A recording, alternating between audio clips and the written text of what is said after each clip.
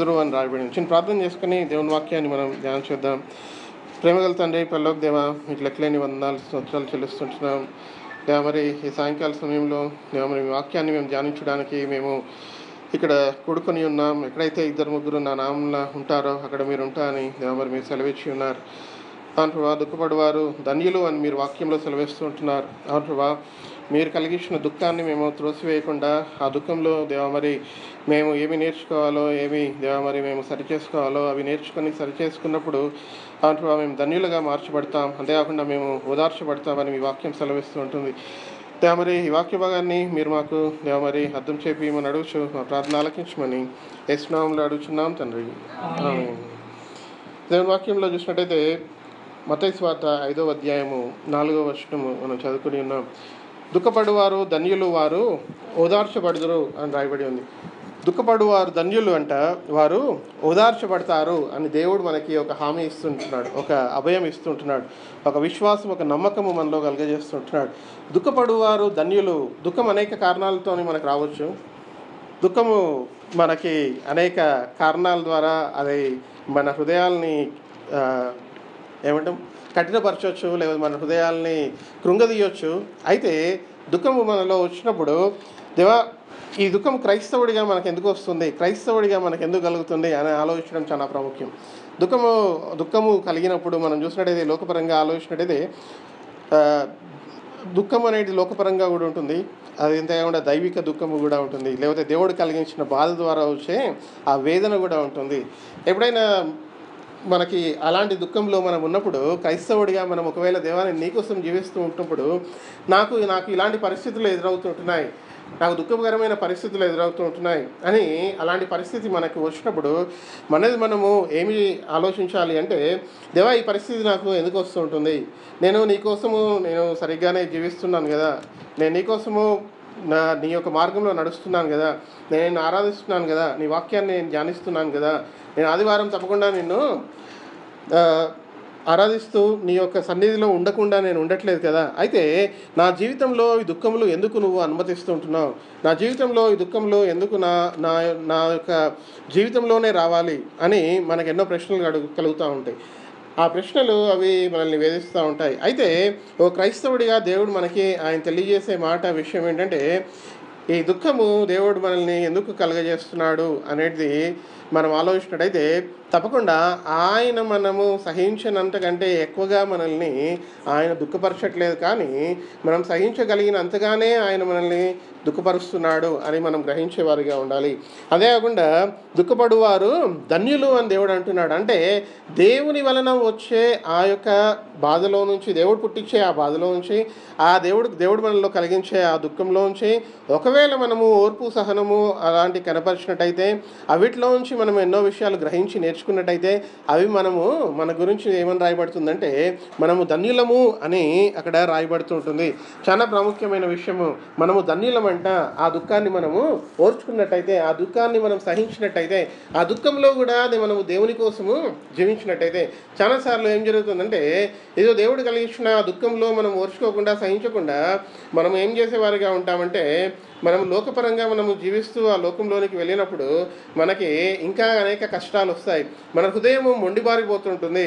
అంటే మనం ఏం చేస్తామంటే, ఇంకా నా జీవితము ఈ రీతిగానే ఉంది, ఇలానే నడుస్తుంటుంది, ఇంకా అంతే, నాకు ఏమైందో తెలియదు, నేను నా ఇష్టానుసారంగా నేను జీవిస్తాను, నేను ఆ రీతిగానే ఉంటాను అనే ఒక మనము మనస్తత్వంలోనికి, అలాంటి ఒక హృదయంలోనికి వెళ్ళిపోతూ ఉంటాం. అందుకే చాలా ప్రాముఖ్యమైన విషయం ఏంటంటే, క్రైస్తవ కుటుంబంలో మనం జీవిస్తూ ఉన్నప్పుడు ఎప్పుడైతే మనకు బాధ, శ్రమ, లేకపోతే ఏదైనా వేదన వస్తుంటుందో, అది వచ్చినప్పుడు మనం తప్పకుండా వీటిని దేవుని ముందు ఉంచి ప్రార్థించి అడిగి మనం బలపడేవారుగా ఉండాలి. అవి చాలా ప్రాముఖ్యమైన విషయం. ఎందుకు అంటే, ఇలాంటి దుఃఖంలో మనము ఎప్పుడైతే వస్తామో అది మనం దేవుని సన్నిధిలో ఉండి మనము నేర్చుకోకపోతే అది మనల్ని ఎక్కడికి తీసుకెళ్తుంది అంటే దేవునికి ఇంకా దూరంగా తీసుకెళ్తూ ఉంటుంది, అది బయట లోకంలోనికి తీసుకెళ్తూ ఉంటుంది. అయితే ఎప్పుడైతే మన హృదయంలో దుఃఖము, వేదన అన్ని పరిస్థితుల్లోంచి వస్తాయో దానికి దేవా నేను నీ సన్నిధిలో ఉంటున్నాను, ఒకవేళ నేను నీకేమైనా ఇష్టకరంగా లేకపోతే నువ్వు నన్ను క్షమించు, కానీ ఈ దుఃఖము ఏదైతే నువ్వు నాలో కలిగించావో అది దానికి ఒక కారణం ఉంది, నీ వాక్యం సెలవిస్తూ ఉంటుంది. అది ఏమనగా అంటే, దుఃఖపడువారు ధన్యులు అని అంటుంటుంది. అదే కాకుండా వారు ఓదార్చబడదురు అని కూడా రాయబడి ఉంది. వారు ధన్యులు అంట, వారు ఓదార్చబడతారంట. ఈ 2 మాటలను దేవుని వాక్యంలో సెలవిస్తున్నావు. కాబట్టి నేను తప్పకుండా ఈ దుఃఖంలో నేను ఏ రీతిగా ఉంటా అంటే, నీకు నేను విధేయుడిగా ఉంటాను, నీకు నేను లొంగిపోయేవాడిగా ఉంటాను అనే ఒక ఆలోచన మనలో ఉండాలి. అది చాలా ప్రాముఖ్యమైన విషయం. అపోస్తలుడైన పౌలు కొరింథీ సంఘానికి తాను రాస్తూ తాను ఏమంటున్నాడంటే 2 కొరింథీ 7వ అధ్యాయము 8వ వచనంలో చూసినట్టయితే అక్కడ కొన్ని మాటలు రాయబడి ఉన్నాయండి. 2 కొరింథీ 7వ అధ్యాయము 8వ వచనానికి వచ్చేసరికి అపోస్తలుడైన పౌలు కొరింథీ సంఘంతో ఆయన కొన్ని మాటలు చెప్తూ ఉంటున్నాడు.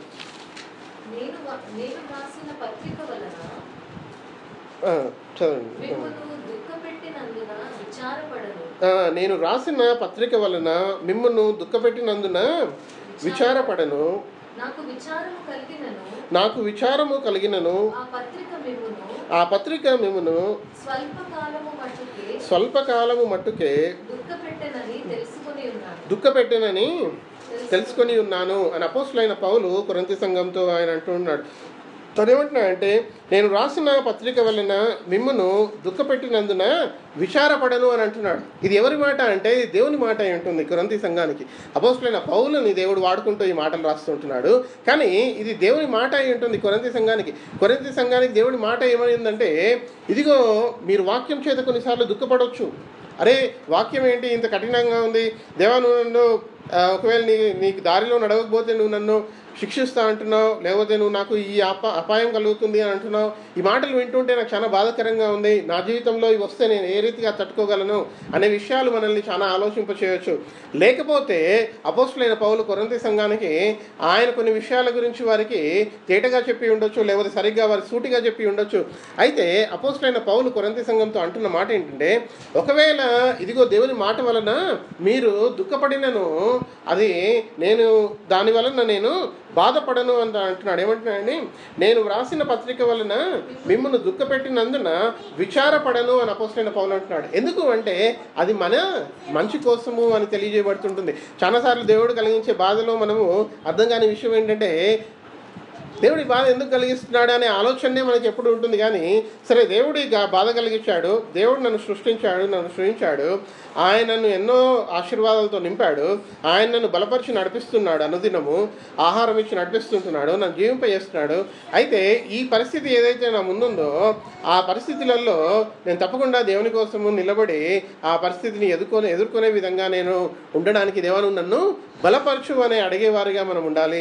అది చాలా ప్రాముఖ్యమైన విషయం. అందుకే అపోస్తలుడైన పౌలు కొరింథీ సంఘానికి తాను ఏమని జ్ఞాపకం చేస్తున్నాడంటే, ఒకవేళ మీరు బాధపడినను నేను విచారపడను అంటున్నాడు. దేవుడు కూడా ఆ రీతిగానే ఉంటాడు, ఆయన ఆలోచన కూడా ఆ రీతిగానే ఉంటుంది. మనల్ని కొద్దిగా బాధపరిచినను ఆయన విచారపడాడంట. ఎందుకు అంటే ఈ బాధల్లో నుంచి మనం ఇంకా గొప్పగా బయటికి మనం వస్తాము. ఒకవేళ మనము గోల్డ్ని మనం అగ్నిలో అది ఏమంటాం వేడి చేస్తున్నా కరిగిస్తున్నా ఏమంటారు పుట్టము వేసినప్పుడు కదా. సో అయితే అందులో ఉన్న ఏమవుతుంది, మురికి అంతా పోయి అది ఇంకా మెరుస్తూ ఉంటుంది కదా. సో అదే రీతిగా దేవుడు మనకి తన వాక్యం ద్వారా తను ఏం తెలియజేస్తున్నా అంటే, ఎప్పుడైతే మనము ఈ దుఃఖంలోంచి వెళ్తామో అప్పుడు ఏం జరుగుతుంది అంటే ఇంకా మనము దేవునికి ఇష్టలుగానే మారుతాం. కానీ ఒకవేళ దేవుని సన్నిధిలో ఉన్నట్టయితే దేవునికి దూరంగా వెళ్ళే వారంగా ఉండం.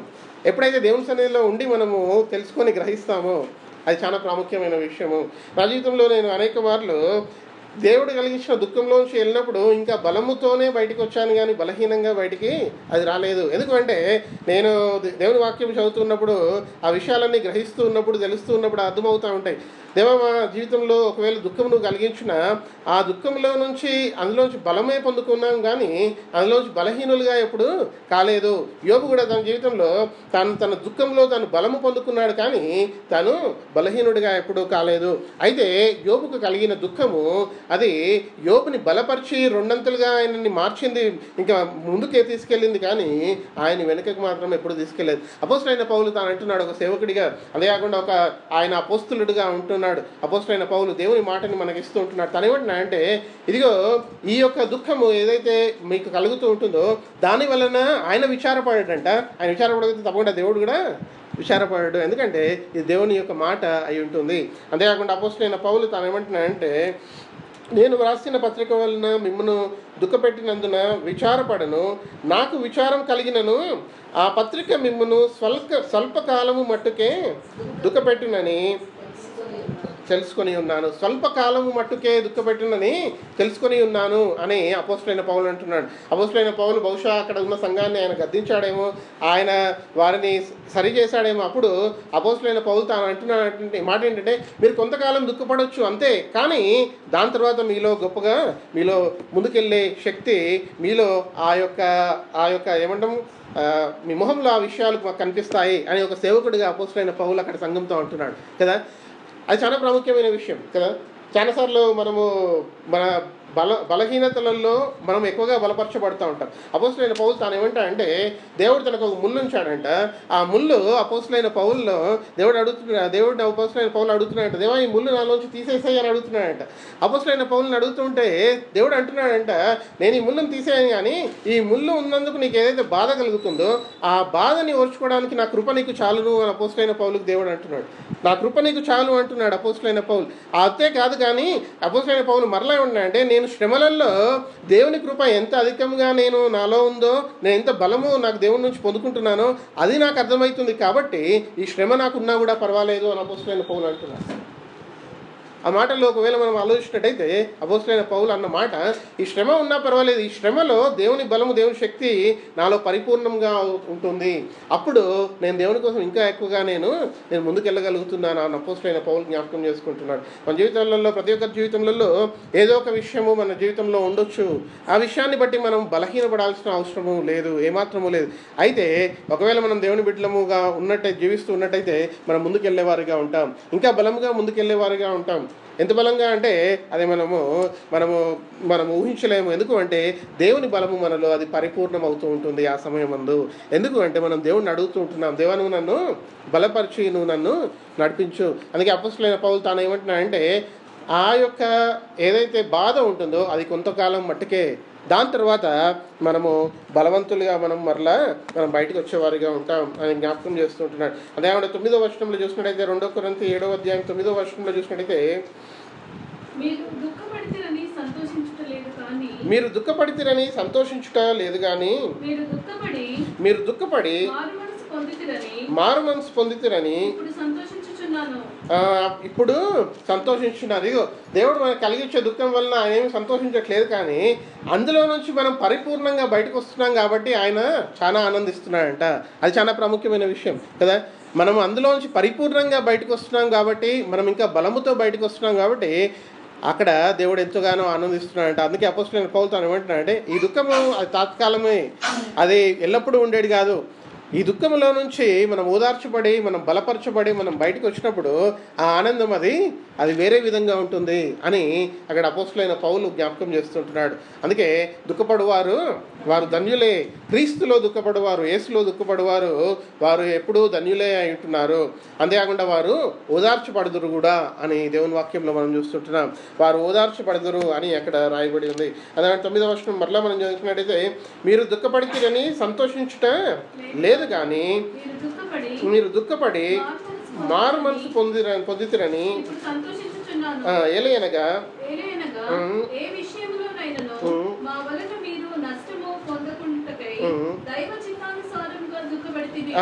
దైవ చిత్తానుసారంగా 2 దుఃఖాలు ఉన్నాయండి. ఒకటేమో దైవ చిత్తానుసారంగా కలిగే దుఃఖము, అది క్రైస్తవులకి కలిగిన దుఃఖమంతా అందులోనే ఉంటుంది. లోకంలో వారికి వచ్చే దుఃఖము అది లోకపరమైన వచ్చే వారికి దుఃఖంగా ఉంటుంది.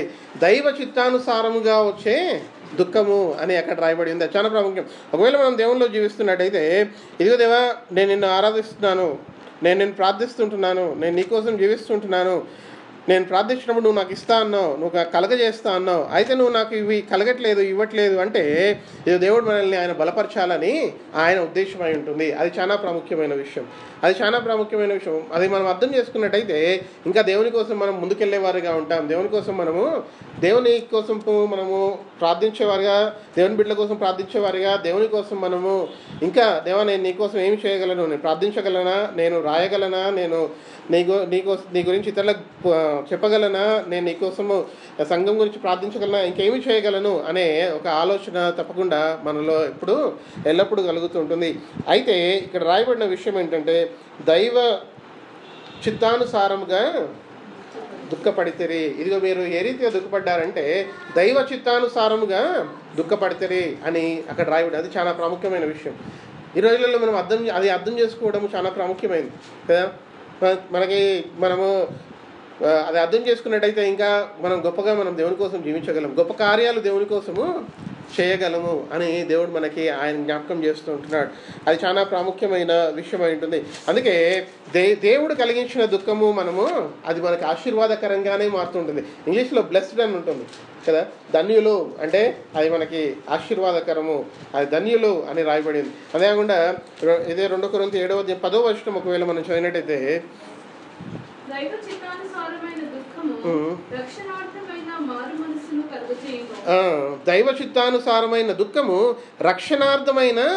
మారు మనసు కలుగజేయనంట. రక్షణార్థమైన మారు మనసు మనలో కలుగజేస్తుందంట దైవ చిత్తానుసారమైన దుఃఖము అని అక్కడ రాయబడింది. మనలో అది మారు మనసు కలుగజేస్తుందంట అని అక్కడ రాయబడింది. చాలా ప్రాముఖ్యమైన విషయం. మనలో మన మనసుని, మన హృదయాన్ని మార్చే విధంగా అది ఉంటుంది అని అక్కడ రాయబడుతుంది. అంటే దేవా, నేను ఇంకా నీకు సమీపంగా నేను చేర్చబడుతుంటున్నాను, నేను సమీపంగా నీ యొద్దకు చేర్చబడుతూ ఉంటున్నాను అని అక్కడ జ్ఞాపకం చేయబడుతుంటుంది. అది చాలా ప్రాముఖ్యమైనది. ఎప్పుడైతే మనము ఆలోచిస్తామో మన జీవితంలో, దేవా ఈ కష్టాలు, ఈ సమస్యలు మాకు ఎందుకు వస్తున్నాయి అని మనం ఆలోచిస్తామో, ఇలా పరిస్థితులు ఎందుకు మారుతుంటున్నాయి అని మనం ఆలోచన కలిగి ఉంటామో, అప్పుడు అర్థం చేసుకోవాల్సిన విషయం ఏంటంటే, ఒకవేళ మనం దేవుని కోసం జీవిస్తున్నట్టయితే ఇవి కలిగేదానికి కారణం ఏంటంటే, ఇదిగో దేవా నువ్వు ఇంకా నన్ను నీ స్వరూపంలోనికి నువ్వు మార్చాలనుకుంటున్నావు, ఇంకా దేవా నా ద్వారా దేవా మరి నువ్వు నీ యొక్క పనిని జరిగించాలనుకుంటున్నావు. మనం దేవుని పని జరిగించడం అంటే ఏదో చేయడం అనేది కాకపోవచ్చు, మన యొక్క ఇంటి పొరుగు వారిని దేవుని సన్నిధికి నడిపించడమే అది దేవుని యొక్క పని అయి ఉండొచ్చు కదా. మనము నేర్చుకున్నప్పుడు ఇంకొకరికి నేర్పించేవారిగా ఉంటాం, మనం తెలుసుకుంటూ ఉన్నప్పుడు ఇంకొకరికి తెలిపేవారిగా ఉంటాం. అయితే ఇదిగో ఈ యొక్క దైవానుసారమైన కలిగిన దుఃఖము, అందులో నుంచి మనము ఇంకా శ్రేష్ఠులుగానే మనం బయటకు వచ్చేవారిగానే ఉంటాం. అందుకే మారు మనసు అని దేవుడు ఇక్కడ ఆ మాట మనకు చూపిస్తుంటున్నాడు. రక్షణార్థమైన మారు మనసు కలగజేయును అంట. రక్షణార్థమైన మారు మనసు, ఇంకా దేవుని స్వరూపంలోనికి మనం మార్చబడినప్పుడు దాని నుంచి మనం పొందే ఒక ఏమంటాము రక్షణార్థమైన మారు మనసు, అది చాలా గొప్పగా ఉంటుంది. అది చాలా అత్యధికంగా ఉంటుంది కదా.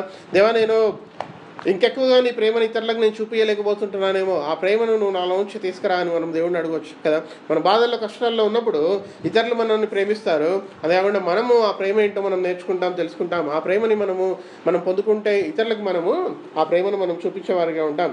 అయితే దైవానుసారముగా కలిగే ఈ యొక్క ఏదైతే దుఃఖం ఉందో అది చాలా ప్రాముఖ్యమైనది. అది మనం త్రోసివేయొద్దు.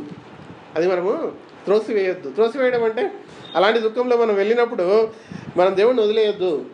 అది మనం గ్రహించాలి. ఓకే, నేను దేవుని సన్నిధిలో ఉంటున్నాను, నేను దేవుని సన్నిధిలో ప్రార్థన చేస్తున్నాను, వాక్యం వింటున్నాను, అన్నీ చేస్తున్నాను సరిగ్గానే, అన్నీ కరెక్ట్గానే ఉన్నాయి, అయినా నాకు ఎందుకు కలుగుతుంది అంటే, ఇక యోబుని మనం జ్ఞాపకం చేసుకుందాం. ఆయన ఒక ఎగ్జాంపుల్ మనకు కనిపిస్తుంది. సరే, అదే కాకుండా ఎంతోమంది మన జీవితాన్ని మనం చూసి ఉన్నాం. అయితే తప్పకుండా ఇదిగో దేవుడు మనల్ని బలపరచాలనుకుంటున్నాడు.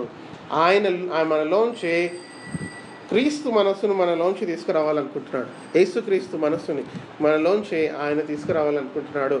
ఆ రీతిగా ఆయన మనల్ని నడిపించాలనుకుంటున్నాడు. అందుకే ఇక్కడ రాయబడిన 10వ వచనంలో దైవ చిత్తానుసారమైన దుఃఖము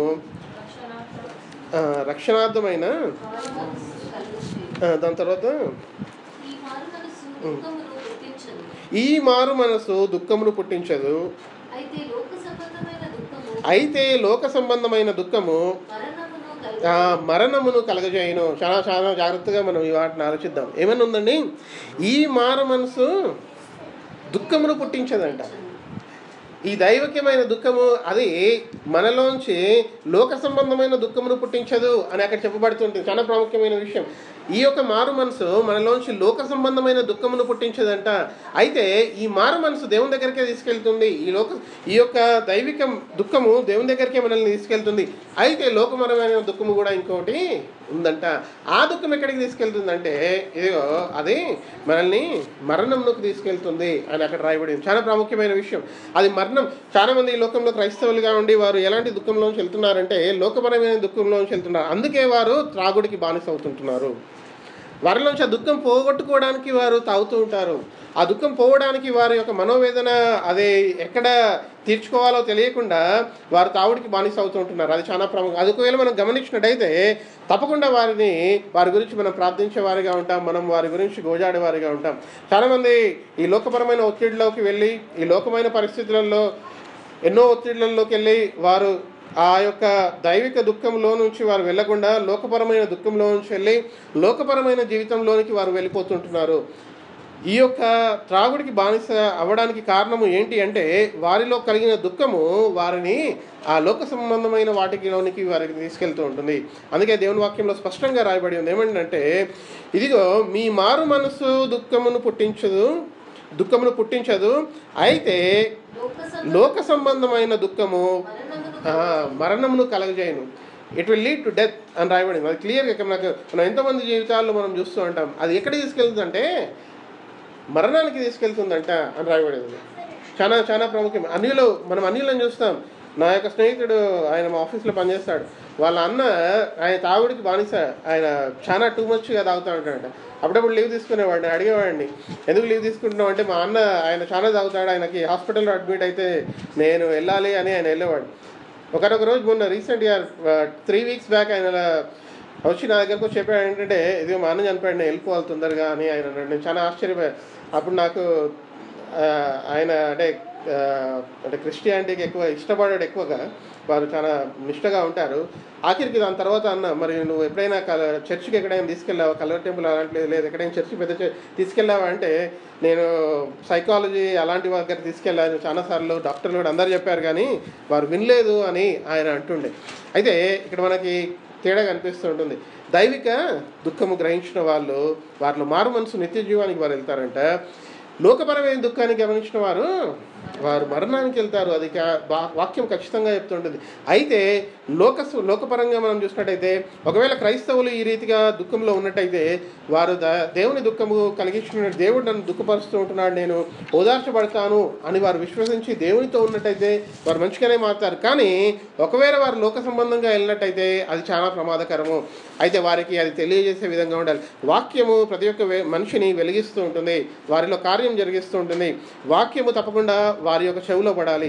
వారు ఎంత దూరంగా ఉన్నా కూడా దేవుడు ఎందుకు ఆ రీతిగా మనకి కలగజేస్తాడు, ఆ రీతిగా మనల్ని ఎందుకు ఆ మార్గంలో తీసుకెళ్తాడు, దుఃఖమైన మార్గం అనేది వారికి తెలియజేయబడుతూ ఉండాలి. అది చాలా ప్రాముఖ్యం. అందుకే ఇక్కడ అంత చక్కగా రాయబడి ఉంది. ఏమని అంటే ఎంత తేటగా రాయబడిందంటే ఈ యొక్క మారు మనసు దుఃఖమును పుట్టించదంట. అంటే 2 విధాలుగా అక్కడ రాయబడింది. దుఃఖము పుట్టినప్పుడు దైవిక దుఃఖం అయితే అది మనలో మారు మనసు కలిగేస్తుంది. ఒకవేళ మనం మారు మనసు పొందుతూ ఉంటే అది దుఃఖముగా మనము ఎంచమంట ఆ కష్టము, అది దుఃఖముగా మనం ఆ కష్టం ఎంచము. అయితే ఒకవేళ మనము ఆ లోకపరంగా మనం వెళ్ళినట్టయితే ఈ యొక్క దుఃఖము మనల్ని ఎక్కడికి తీసుకెళ్తుందంటే మరణానికి మనల్ని తీసుకెళ్తూ ఉంటుంది. మనకు తీసుకెళ్తూ ఉంటుంది. చాలా చాలా బాధాకరమైన విషయం ఏంటంటే ఇదిగో క్రైస్తవులుగా ఉన్న అనేక మంది, నేను చాలా మందిని చూశాను క్రైస్తవులుగా, వారు మగవాళ్ళు ఎక్కువ ఉంటున్నారు. వారు ఈ యొక్క లోకంలో ఉన్న ఒత్తిళ్ళకి తట్టుకోలేక వారు తాగుడికి బానిస అవుతుంటున్నారు. లోకంలో ఎవరో నన్ను తిట్టారని తాగేవాళ్ళు ఉన్నారు. నాకు చాలా ఆశ్చర్యం వేస్తుంది. ఎవరో నన్ను తిట్టారు, ఎవరో నన్ను హేళన చేశారు, ఎవరో నన్ను ఏదో ఉన్నారని, అరే ఇది ఎక్కడ మనస్తత్వము అని నేను అనుకుంటూ ఉంటాను. ఇది ఎక్కడ పరిస్థితి అనేది ఆలోచన కలుగుతూ ఉంటుంది. దేవుని వాక్యము ప్రతి ఒక్క వ్యక్తిని అది బలపరిచే విధంగా ఉంటుంది. అయితే ఈ దైవిక దుఃఖంలో నుంచి వెళ్ళినప్పుడు మనం బలపరచబడతాం. ఒకవేళ మనం ఇంకా 11వ వచనంలో చూసినట్టయితే అందులో ఏమని రాయబడిందో ఒకసారి చూద్దామండి. మీరు దేవుని చిత్త ప్రకారము పొందిన ఈ దుఃఖము, అక్కడ వచ్చాయండి, మీరు దేవుని చిత్త ప్రకారం పొందిన ఈ దుఃఖము అని రాయబడి. చాలాసార్లు చాలా జాగ్రత్తగా ఆలోచిద్దాం. దేవుని చిత్త ప్రకారం పొందిన ఈ దుఃఖము అని రాయబడి ఉంది. చూసారా, ఆ దేవుని చిత్త ప్రకారం వచ్చే క్రైస్తవులకి కలిగే ఆ యొక్క దుఃఖమై ఉంటుంది. చాలాసార్లు చాలా కుటుంబాల్లో మనము ఎన్నో పరిస్థితులు మనం చూస్తూ ఉంటాం. కొంతమంది క్రైస్తవ కుటుంబాల్లో దేవుడు కొంతమంది వారి ఇంటి యజమానికి తొందరగానే తీసుకుంటాడు దేవుని చిత్త ప్రకారం. అందులో చాలా చిన్నపిల్లలుగానే ఉండొచ్చు వారు కదా. సో మనం ఎన్నో రకాలుగా ఆలోచిస్తూ ఉంటాం, ఎందుకు ఇలా జరిగింది, ఎందుకు అలా జరిగిందని ఎన్నో వేదన ఉంటుంది ఆ కుటుంబంలో. కానీ ఇది మనం గమనించినట్టయితే, దేవా ఇది నువ్వు కలగజేసే దుఃఖము, నువ్వు సృజించావు, నువ్వు తీసుకుంటున్నావు. అయితే ఇక నువ్వు ఏం చేస్తున్నావు అంటే, నువ్వు మమ్మల్ని బలపరచడానికి, నువ్వు మమ్మల్ని నీకోసం వాడుకోవడానికే ఈ రీతిగా నువ్వు నడిపిస్తుంటున్నావు. నీ చిత్తం ఇందులో ఉంది అని మనం గ్రహించడం చాలా ప్రాముఖ్యం. నీ చిత్తం ఇందులో ఉంది అని గ్రహించడం చాలా ప్రాముఖ్యం. ఇది అన్యులకు చెప్తే అర్థం కాదు కూడా వారికి. ఈ విషయాలన్నీ వారికి అది ఒక మనం ఏదో చెప్తున్నాం అనుకుంటారు, అంతేగాని ఇందులో చాలా దేవుని యొక్క ఆలోచన చాలా ఉంది, దేవుని యొక్క ప్రణాళిక చాలా ఉంది. ఆయన ఏ రీతిగా ఆయన మనల్ని నడిపించాలనుకుంటున్నాడో ఆయనకి మనకంటే ఎక్కువగా ఆయనకు తెలుసు. మనము ఎంత చక్కగా ముందుకెళ్లాలో మనకంటే ఎక్కువగా ఆయనకి ప్రణాళిక మన పట్ల ఉంది. అయితే మనము ఇవన్నిటికీ మనము ఏ రీతిగా ఉండాలంటే, ఓర్చుకునేవారిగా ఉండాలి, విధేయత చూపేవారిగా ఉండాలి, సహించేవారిగా ఉండాలి, భరించేవారిగా ఉండాలి. ఎందుకు? దేవుడు మనల్ని కలగజేస్తున్నాడు కాబట్టి, దేవుడు కలగజేస్తున్నాడు కాబట్టి మనం ఓర్చుకునేవారిగా, భరించేవారిగా, సహించి ముందుకెళ్లేవారిగా ఉండాలి. అయితే 11వ వచనంలో అక్కడ రాయబడి ఉంది తేటగా ఏంటంటే, మీరు దేవుని చిత్త ప్రకారము పొందిన ఈ దుఃఖము ఎట్టి జాగ్రత్తను, ఎట్టి దోష నివారణకైనా ప్రతివాదమును, ఎట్టి ఆగ్రహమును, ఎట్టి భయమును, ఎట్టి అభిలాషను, ఎట్టి ఆసక్తిని, ఎట్టి ప్రతిదండనను మీలో పుట్టించెనో చూడుడి. ఆ కార్యమును గురించి సమస్త విషయములలోనూ మీరు నిర్దోషులై ఉన్నారని రుజువుపరచుకుంటురి. మీరు సమస్త విషయంలోనూ నిర్దోషులై ఉన్నారని రుజువుపరచుకుంటురి అని అక్కడ రాయబడింది. అయితే ఇదిగో ఇవన్నిటిలోంచి మనకి ఏమేమి మన జీవితంలో కలుగుతుందంటే, మనలో ఇంకా దేవా నేను నీకోసం జీవించాలి అనే ఒక తపన, ఆశ మనలో కలుగుతుంటుంది. ఇంకా నీకోసం సరిగ్గా జీవించాలని, ఇంకా నీకోసము సరిగ్గా జీవించాలనే ఒక తపన, ఒక ఆశ కలుగుతూ ఉంటుంది. ఆ పదాలన్నీ తెలుగులో ఉన్నాయి, నాకు ఇంగ్లీష్లో నాకు కరెక్ట్గా అర్థమవుతుంది, తెలుగులో నేను వీటిని సరిగ్గా నేను అందుకోలేకపోతున్నాను. అయితే అందులో రాష్ట్రపడిన విషయం ఏంటంటే, concern to clear our self అని ఉంటుంది. అంటే దాని అర్థం ఏంటంటే, ఇదిగో దేవుడు నాకు ఈ యొక్క పరిస్థితి తీసుకొచ్చాడు, ఈ యొక్క ఆపద తీసుకొచ్చాడు, ఈ యొక్క కష్టం తీసుకొచ్చాడు, దానికి ఏదో కారణం ఉంది. మేబీ నేను దేవునికి కొద్దిగా దూరంగా వెళ్తున్నానేమో, మేబీ దేవునికి నేను ఇష్టంగా జీవించట్లేదో. అయితే నేను నా యొక్క హృదయాన్ని ఇంకా నేను మార్చుకొని నేను దేవుని దగ్గరికి వచ్చే విధంగా నేను ఉంటాను అని మనలో ఒక తీర్మానాన్ని తీసుకొస్తుందంట. మనలో ఒక బలమైన తీర్మానాన్ని తీసుకొస్తుంది. అది చాలా ప్రాముఖ్యం. క్రైస్తవుడు ఒక బలమైన తీర్మానంలోకి వెళ్ళినట్టయితే ఆయన దేవుని కోసం తప్పకుండా బలంగా జీవించగలడు. ఆ బలమైన తీర్మానం మనలో ఎప్పుడు కలుగుతుందంటే, ఈ యొక్క ఆటంకాలలో, ఈ యొక్క ఆపదలలో, ఈ యొక్క పరీక్షలలో మనం బలమైన తీర్మానం తీసుకునే వారిగా ఉంటాం. ఒకవేళ మనం దేవుని సన్నిధిలో మనం మోకరించి, ప్రార్థించి, కన్నీరు గార్చి అడిగినప్పుడు అది చాలా ప్రాముఖ్యమైన విషయం. అందుకే అపోస్తలుడైన పౌలు కొరింథీ సంఘంతో అక్కడ ఉన్న వారితో అంటున్నాడు, తను ఏమంటున్నాడంటే, ఇదిగో మనలో అదొక కన్సర్న్ కలుగుతుంది, టు క్లియర్ అవర్ కాన్షియస్ అని అక్కడ అర్థమొస్తుంది.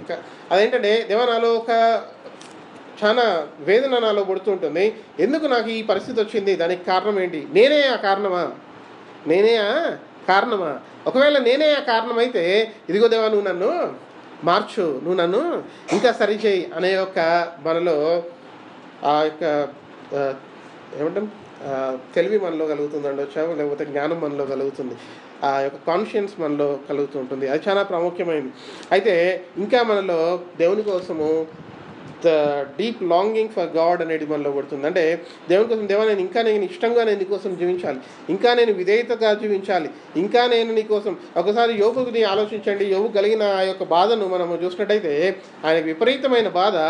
ఆ విపరీతమైన బాధలో దేవుణ్ణి ఎప్పుడూ ఆయన దూషించలేదు. అంటే ఆయన లోకపరంగా వెళ్ళలేదు, అంటే ఆయన దైవికంగానే ఆయన ఆ రీతిగానే ఆయన ఉన్నాడు అనేది మనకు కనిపిస్తుంది. అయితే యోబు ఇంకా బలపడ్డాడు అని మనం అక్కడ చూస్తుంటున్నాం. యోబు బహుశా అనేక రెట్లు బలపడ్డాడేమో కదా. సో అందుకే క్రైస్తవుడిగా మనం నేర్చుకునే వారిగా ఉండాలంటే, దేవా ఈ దైవిక దుఃఖము ఇది నా మంచి కోసమే, నన్ను బలపరచడానికే అని మనం గ్రహించినట్టయితే తప్పకుండా మనము అందులోంచి జయము పొందేవారిగానే ఉంటాం. ఒకసారి మనం 2 కొరింథీ 8వ అధ్యాయం 2వ వచనం ఒకవేళ మనం చూసినట్టయితే, 2 కొరింథీ 8వ అధ్యాయం 2వ వచనంలో చూసినట్టయితే అందులో ఒక మాట, ఎలాగనగా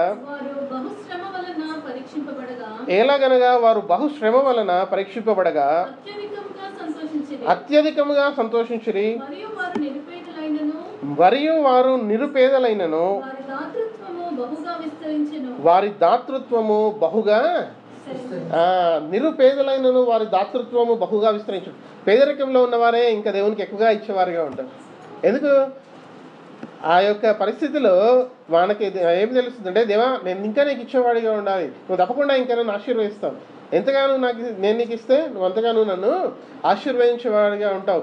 అయితే ఈ బహు దుఃఖంలో ఏ రీతిగా ఉందంటే, ఎలాగనగా వారు బహు శ్రమ వలన పరీక్షింపబడగా అత్యధికముగా సంతోషించారు. శ్రమలలో దేవుడు కలిగించిన శ్రమలో దేవా నేను సంతోషిస్తున్నాను అనేవారిగా మనం ఉన్నట్టయితే మన ఆత్మీయ స్థితి అది చాలా అధికంగా ఉంది అని దానికి పరీక్ష. మన ఆత్మీయ స్థితికి పరీక్ష ఏంటి అంటే, వచ్చి ఈ శ్రమలు ఏవైతే వస్తుంటున్నాయో మన జీవితంలో, ఆ శ్రమలలో మనం ఇంకా బలముగా మనము ఉండడమే మన యొక్క ఆత్మీయ స్థితికి పరీక్ష అయి ఉంటుంది కదా. యోబుకి తనకి ఆత్మీయ స్థితిలో పరీక్ష వచ్చింది. యోబుకే కాదు, యోబు భార్యకు కూడా వచ్చింది కదా. అయితే వారిద్దరిలో మనం తేడా చూస్తుంటున్నాం. అది ఏ తేడా, ఏ రీతిగా తేడా ఉంది. ఇక్కడ ఏమని రాయబడి ఉందంటే, వీరు సంతోషిస్తున్నారంటే కొరింథీ సంఘంలో ఉన్నవారు, మనకొచ్చే ఈ యొక్క పరిస్థితి, ఆ పరిస్థితిలో మేము ఏం చేస్తున్నాం, మేము సంతోషిస్తుంటున్నాం. ఎందుకు అంటే ఇది మా ఆత్మీయ స్థితి, అది మేము ఎదిగి ఉన్నాం దేవునిలో ఎదిగిన వారు తప్పకుండా వారి జీవితం ఎవరి కోసం జీవిస్తారంటే, వారు దేవుని కోసం జీవించేవారుగా ఉంటారు. దేవుని కోసం జీవిస్తున్నప్పుడు దేవుడు తప్పకుండా ఆయన మనకు కలిగించిన పరిస్థితులలో మన దేవుడు ఎందుకు ఆ రీతిగా నడిపిస్తున్నాడో మనం అడిగి దేవుని దగ్గర నుంచి తెలుసుకునేవారుగా ఉంటాం. అంతేకాకుండా ఇంకా ముందుకెళ్లేవారుగా ఉంటాం, దేవుని కోసం ముందుకెళ్లేవారుగా ఉంటాం కదా. అది చాలా ప్రాముఖ్యమైన విషయం. అందుకే ఇక్కడ అపోస్తలుడైన పౌలు కొరింథీ సంఘంతో అంటున్న మాట, ఎలాగనగా మీరు బహు శ్రమల వలన పరీక్షింపబడగా, ఏమై ఉందండి, పరీక్షింపబడగా అత్యధికముగా సంతోషించిరి అని వారి గురించి అక్కడ రాయబడింది. అత్యధికముగా సంతోషించిరి అని అక్కడ రాయబడింది. అత్యధికముగా సంతోషించిరి. శ్రమలలో మనం ఆనందించినప్పుడు, దేవా నువ్వు కలిగించిన శ్రమలు అవి నాలో ఎందుకు కలుగుతున్నాయో అది నాకు తెలిసింది. నేను ఈ శ్రమలలో కూడా నేను అత్యధికంగా స్తుతించేవాడిగా ఉంటాను, ఆరాధించేవాడిగా ఉంటాను. అంతేకాకుండా నేను నిన్నే కొనియాడేవాడిగా ఉంటాను. అంతేకాకుండా ఇది మనం తెలుసుకున్నట్టయితే మన పిల్లలకు కూడా అవి నేర్పించేవారిగా ఉంటాం. ఏం నేర్పించగలం? మన పిల్లలు కూడా మనం తెలియజేసేవారిగా ఉంటాం, నేర్పించేవారిగా ఉంటాం. ఇదిగో ఈ శ్రమలు వచ్చినప్పుడు మనం బలపరచబడుతూ ఉంటున్నాం, మనం ఇంకా ముందుకు తీసుకెళ్ళబడుతుంటున్నాం. ఈ శ్రమలలో మనము వీటిని ఎదుర్కొనే వారిగా ఉండాలి అని మనం వారికి తెలియజేస్తూ ఉంటాం. అప్పుడు వారు కూడా తప్పకుండా బలపరచబడి వారు ముందుకు వెళ్ళేవారిగా ఉంటారు. అందుకే ఇక్కడ చాలా ప్రాముఖ్యమైన మాట ఏమని రాయబడిందంటే, వారు సంతోషించారంట. క్రైస్తవుడిగా మారిన తర్వాత, యేసుప్రభువుని సొంత రక్షకుడు అంగీకరించిన తర్వాత ఈ శ్రమలు వచ్చినప్పుడు వారు సంతోషించారంట. అక్కడ రాయబడిన మాట, వారు సంతోషించారు అనే ఒక మాట అక్కడ మనకు కనిపిస్తుంటుంది. అయితే మన శ్రమలలో మనం ఉన్నప్పుడు మనలో ఒక ఆలోచన పడుతుంది.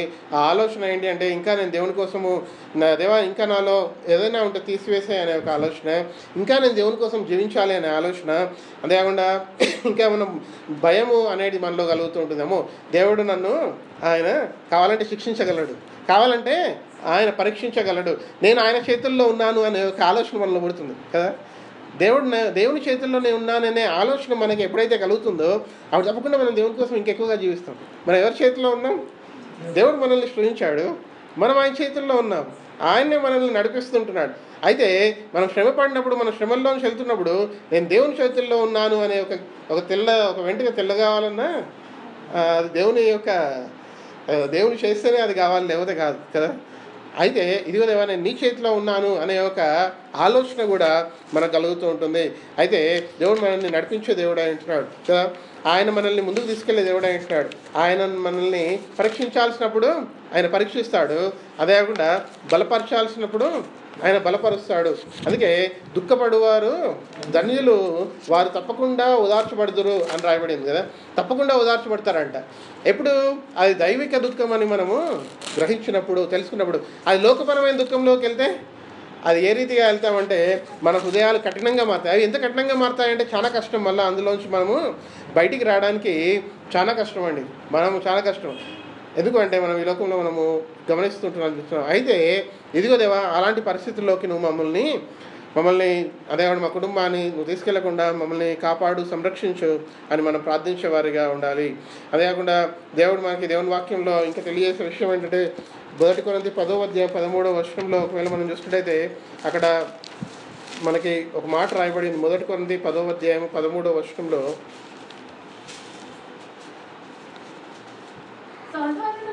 సాధారణంగా మనుషులకు కలుగు శోధన తప్ప సాధారణంగా మనుషులకు కలుగు శోధన తప్ప మరి ఏది మీకు సంభవింపలేదు. సాధారణంగా మనుషులకు కలుగు శోధన తప్ప మరి ఏది మీకు సంభవింపలేదు. దేవుడు నమ్మదగిన వాడు. మీరు సహింపగలిగినంత కంటే ఎక్కువగా ఆయన మిమ్మును శోధింపబడనీయడు. అంతేకాదు సహింపగలుగుటకు ఆయన శోధనతో కూడా తప్పించుకుని మార్గము ఆయననే కలుగచేయును. అది క్రైస్తవులకి అని రాయబడి ఉంది. దేవుడిని వెంబడించే వారికి ఆయన ఏమంటున్నాడంటే 1 కొరింథీ 10:13 సాధారణంగా మనుషులకు కలుగు శోధన తప్ప మరీ ఎక్కువగా ఏం కలగట్లేదు. అక్కడ మరీ ఎక్కువగా ఏమీ లేదు. అవి సాధారణంగా కలిగేటివే. మీరు సహించే శక్తి కలిగిన వారు కాబట్టి అంతే శోధన వస్తుంది అని అక్కడ దేవుని వాక్యంలో రాయబడి ఉంది. మనము దేవా నేను నీలో జీవిస్తున్నానంటే మనకు తగినంతగా తట్టుకునేంతగానే ఆ శోధన ఇస్తున్నాడంట. దానికంటే ఎక్కువగా ఇవ్వట్లేదంట ఆయన. అయితే అందులో కూడా మనం తప్పించుకోవడానికి మార్గము చూపిస్తున్నాడంట. చాలా జాగ్రత్తగా చూద్దాం. తప్పించుకోవడానికి మార్గము కూడా ఆయన సిద్ధపరిచి ఉన్నాడు. అయితే దేవా ఆ మార్గంలోకి నువ్వు నన్ను నడిపించు అని మనం ప్రార్థన చేసేవారిగా ఉండాలి. ఎందుకు అంటే ఈ దేవుని మాట అయి ఉంటుంది. సాధారణంగా మనుషులకు కలుగు శోధన తప్ప మరి ఏదియో మీకు సంభవింపలేదు అని కొరింథీ సంఘంతో తాను అంటున్నాడు. అదేకాకుండా దేవుడు నమ్మదగినవాడు. దేవుడు ఆయన నమ్మదగినవాడు. ఆయన తప్పకుండా తన బిడ్డల పట్ల ఆయనకున్న ప్రణాళిక అది చాలా గొప్పది. అది మనం గ్రహించే వారిగా ఉండాలి. అంతేకాకుండా మీరు సహింపగలిగినంతట ఎక్కువ కంటే ఎక్కువగా ఆయన మిమ్మల్ని శోధింపబడనీయడు. అంతేకాదు సహించగలుగుటకు ఆయన శోధనతో కూడా తప్పించు మార్గమును శోధింపబడవచ్చు. మనం ఆ యొక్క పరిస్థితిలోంచి వెళ్ళొచ్చు. ఆ కఠినకరమైన పరిస్థితి రావచ్చు. అందులో తప్పించుకునే మార్గం. అయితే మనం మార్గం గురించి వెతకాలి, ప్రార్థన చేయాలి. ఆ మార్గం గురించి వెతకకుండా ప్రార్థన చేయకుండా లోకపరంగా మనం వెళ్తే మరలా ఇగో తప్పిపోయేవారిగా ఉంటాం. అందుకే దేవుడు మనకి ముందే చెప్తున్నాడు. అందులోంచి మనం తప్పించుకోవడానికి ఆయన మార్గం కూడా సిద్ధపరిచాడంట. మార్గం కూడా ఆయన ఏర్పాటు చేశాడంట అని ఆయన అంటున్నాడు. అందుకే మనం చాలా ఈ లోకంలో మెలకువగా మనం జీవించే వారిగా ఉండాలి. ఎందుకు అంటే క్రైస్తవులుగా మనం జీవించినప్పుడు అలాంటి పరిస్థితి మనకు వచ్చినప్పుడు మనము ఈ వాక్యం మనలో ఉన్నట్టయితే ఈ వాక్య ప్రకారం మనం వెళ్తాం. ఈ వాక్యం మనలో లేకపోతే లోకపరంగా మనం వెళ్ళేవారిగా ఉంటాం కదా. అందుకే 2 కొరింథీ 4:8 చూసి మనం ముగించుకుందాం. 2 కొరింథీ 4:8 ఒకవేళ మనం చూసుకుంటైతే 2 కొరింథీ 4:8 ఇక్కడ చూడండి. చాలా అపోస్తలుడైన పౌలు అంటున్నాడు, ఎటు పోయినను శ్రమపడుచున్నను